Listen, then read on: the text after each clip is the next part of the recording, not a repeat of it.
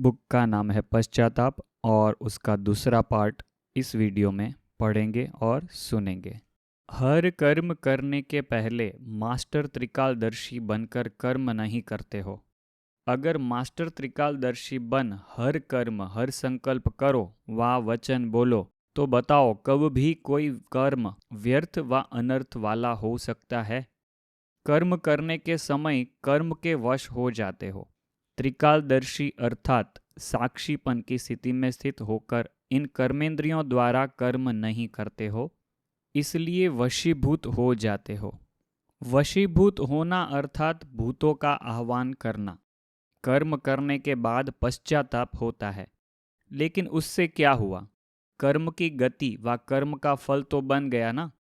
तो कर्म और कर्म के फल के बंधन में फंसने के कारण कर्म बंधनी आत्मा अपनी ऊंची स्टेज को पा नहीं सकती है। तो सदैव यह चेक करो कि आए हैं कर्म बंधनों से मुक्त होने के लिए, लेकिन मुक्त होते होते कर्म बंधन युक्त तो नहीं हो जाते हो। ज्ञान स्वरूप होने के बाद व मास्टर नॉलेजफुल, मास्टर सर्वशक्तिवान होने के बाद अगर कोई ऐसा कर्म जो युक्ति युक्त नहीं है वह कर लेते हो, तो इस कर्म का बंधन अज्ञान काल के कर्म बंधन से पदम गुना ज्यादा है। इस कारण बंधन युक्त आत्मा स्वतंत्र न होने के कारण जो चाहे वह नहीं कर पाती। महसूस करते हैं कि यह न होना चाहिए, यह होना चाहिए, यह मिट जाए, खुशी का अनुभव हो जाए, हल्कापन आ जाए, संतुष्टता का अनुभव हो जाए, सर्विस सक्सेसफुल हो जाए, व दैवी परिवार के समीप और स्नेही बन जाए। 20/5/1972 के अव्यक्त मूल्य महावाक्य थे। अपने को महावीर समझते हो ना? महावीर कभी भी किसी मजबूरी को मजबूरी नहीं समझेंगे। एक सेकंड में मजबूती के आधार से मजबूरी को समाप्त कर देते हैं। ऐसे ही अंगद समान अपने बुद्धि रूपी पांव को एक बाप की याद में स्थित करना है जो कोई भी हिला न सके। कल्प पहले भी ऐसे ही बने थे ना? याद आता है? जब कल्प पहले ऐसे बने थे तो वही पार्ट रिपीट करने में क्या मुश्किल है? अनेक बार किए हुए पार्ट को रिपीट करना मुश्किल होता है? तो आप बहुत बहुत पदम भाग्यशाली हो। इतने सारे विश्व के अंदर बाप को जानने और अपना जन्म सिद्ध अधिकार प्राप्त करने वाले कितने थोड़े हैं? अनगिनत नहीं है, गिनती वाले हैं। उन थोड़े जानने वालों में आप हो ना, तो पद्मा पदम भाग्यशाली नहीं हुए? अभी तो दुनिया अज्ञान की नींद में सोई है और आप अनेकों में से थोड़ी सी आत्माएं बाप के वर्षे के अधिकारी बन रहे हो। जब वह सभी जाग जावेंगे, कोशिश करेंगे कि हम भी कुछ कणा दाना ले लेवे, लेकिन क्या होगा? ले सकेंगे? जब लेट हो जावेंगे तो क्या ले पावेंगे? उस समय आप सभी आत्माओं को भी अपने श्रेष्ठ भाग्य का प्रत्यक्ष रूप में साक्षात्कार होगा। अभी तो गुप्त है ना? अभी गुप्त में न बाप को जानते हैं, न आप श्रेष्ठ आत्माओं को जानते हैं। साधारण समझते हैं, लेकिन वह समय दूर नहीं जबकि जागेंगे, तड़फेंगे, रोएंगे, पश्चाताप करेंगे, लेकिन फिर भी पा नहीं सकेंगे। बताओ उस समय आपको अपने ऊपर कितना नाज होगा कि हम तो पहले से ही पहचान कर अधिकारी बन गए। ऐसी खुशी में रहना चाहिए। क्या मिला है, कौन मिला है और फिर क्या क्या होने वाला है, यह सभी जानते हुए सदैव अतीन्द्रिय सुख में झूमते रहना है। ऐसी अवस्था है कि कभी कभी पेपर्स हिला देते हैं। हिलते तो नहीं हो ना? घबराते तो नहीं हो कि एक दो से सुनकर घबराने की लहर आती है, फिर अपने को ठीक कर देते हो? रिजल्ट क्या समझते हो? 19 सितंबर 1972 के अव्यक्त मूल्य महावाक्य। श्रेष्ठ संग में रहने वालों का रूहानी रंग भी सभी को दिखाई देना चाहिए। कोई भी देखे तो उनको यह मालूम हो कि यह रूहानी रंग में रंगी हुई आत्माएं हैं। ऐसे सभी को मालूम होता है या अभी गुप्त हो? यह रूहानी रंग गुप्त ही रखना है क्या? प्रत्यक्ष कब होना है? क्या अंत में प्रत्यक्ष होंगे? वह डेट कौन सी होगी? अंत की डेट सभी की प्रत्यक्षता के आधार पर है। ड्रामा प्लान अनुसार आप श्रेष्ठ आत्माओं के साथ पश्चाताप का संबंध है। जब तक पश्चाताप न किया है तब तक मुक्तिधाम जाने का वर्षा भी नहीं पा सकते। इसलिए जो निमित्त बनी हुई है उनसे ही तो पूछेंगे ना। निमित्त कौन है?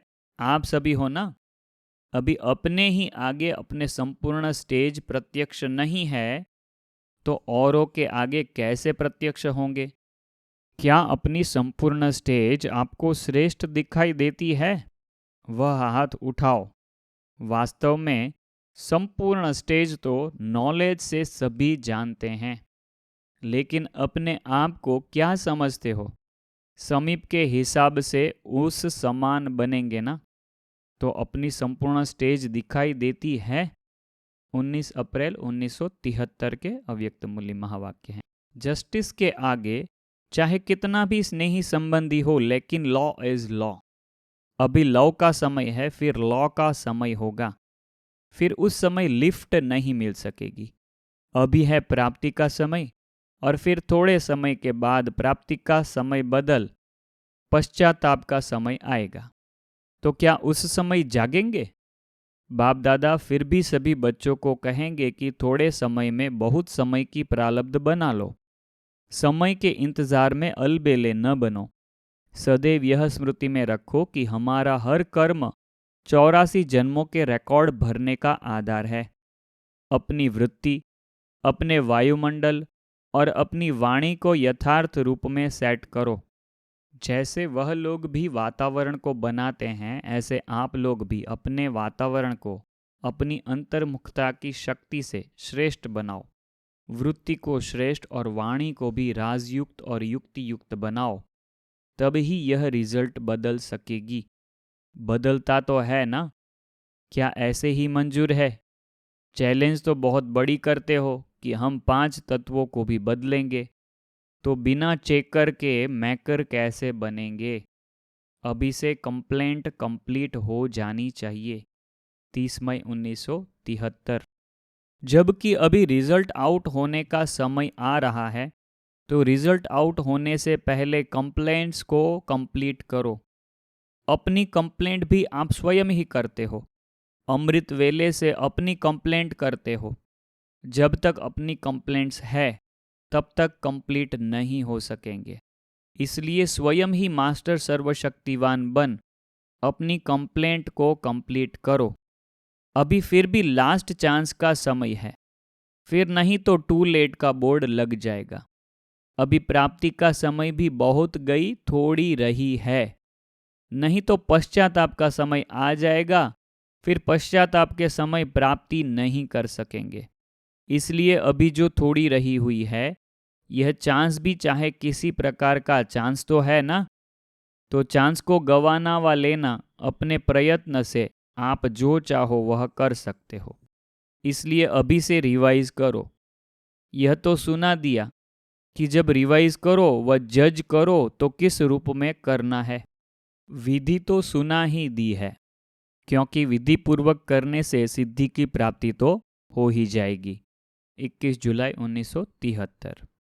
कोई भी देहधारी में संकल्प से व कर्म से फंसना, इस विकारी देह रूपी सांप को टच करना, अर्थात अपनी की हुई अब तक की कमाई को खत्म करना है।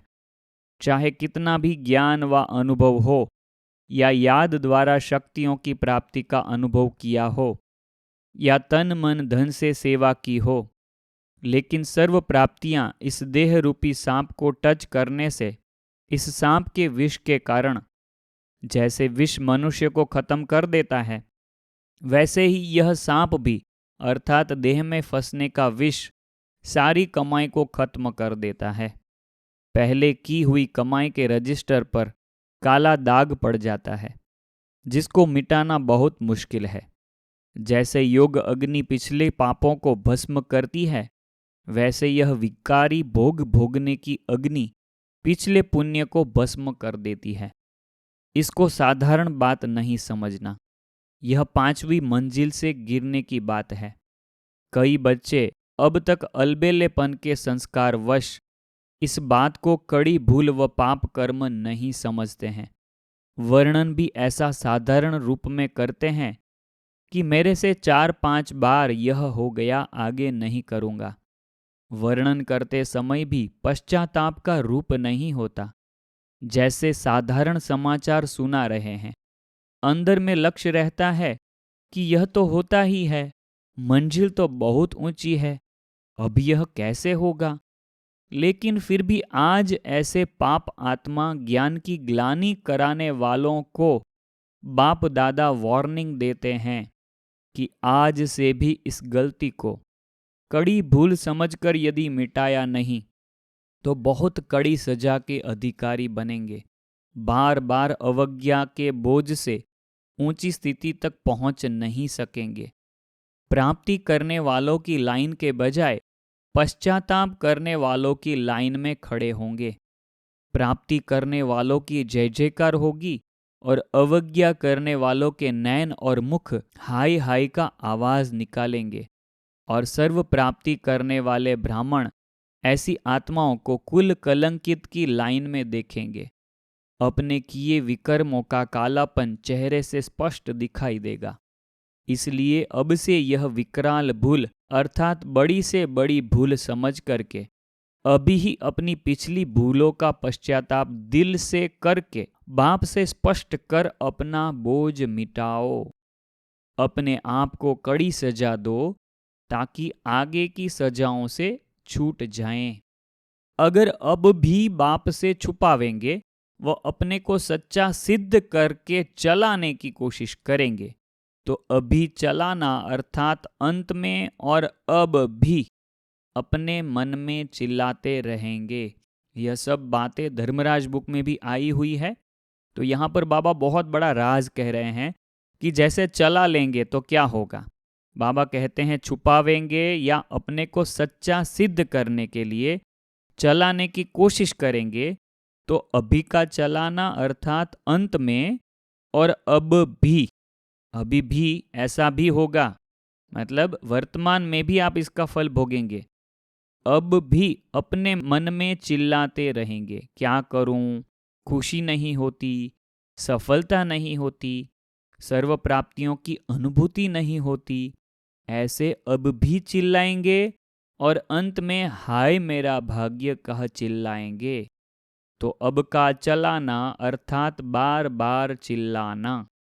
अगर अभी बात को चलाते हो तो अपने जन्म जन्मांतर के श्रेष्ठ तकदीर को जलाते हो। ठीक है, अभी अगर चला लेते हो तो जन्म जन्मांतर के श्रेष्ठ तकदीर को जलाते हो। इसलिए इस विशेष बात पर विशेष अटेंशन रखो। संकल्प में भी इस विष भरे सांप को टच नहीं करना। संकल्प में भी टच करना अर्थात अपने को मूर्छित करना है। तो रजिस्टर में विशेष अलबेलापन देखा। दूसरी रिजल्ट कल सुनाई थी कि किन किन बातों में चढ़ती कला के बजाय रुक जाते हैं, तीव्र गति के बजाय मध्यम गति हो जाती है। यह है मेजॉरिटी का रिजल्ट। इसलिए अब अपने आप को रियलाइज करो अर्थात अंतिम रियलाइजेशन कोर्स समाप्त करो। अपने आप को अच्छी तरह हर प्रकार से हर सब्जेक्ट में चेक करो। सर्व मर्यादाओं को, बाप के फरमानों को और श्रेष्ठ मत को कहाँ तक प्रैक्टिकल में लाया है उसको चेक करो।